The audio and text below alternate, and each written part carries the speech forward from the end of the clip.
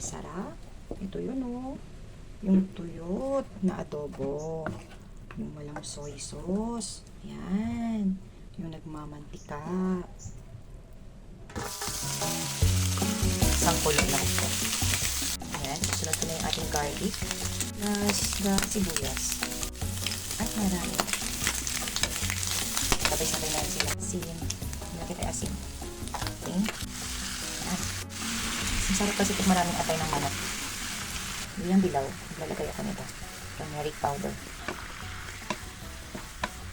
Ayan. Laurel. Ating coconut salt vinegar. Maglalagay tayo nito. Ayan.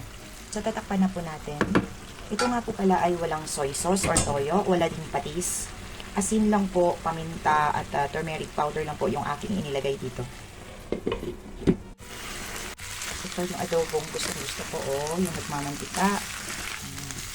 Mas natural, mas masarap. Tikman time. Ayan, ang lambot na ng kalat, oh. Ay, patayin ko na yung apoy.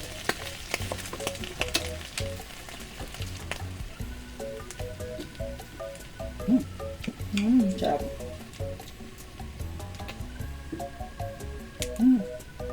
Sakto lang yung lambot ng baboy. Init. Sarap.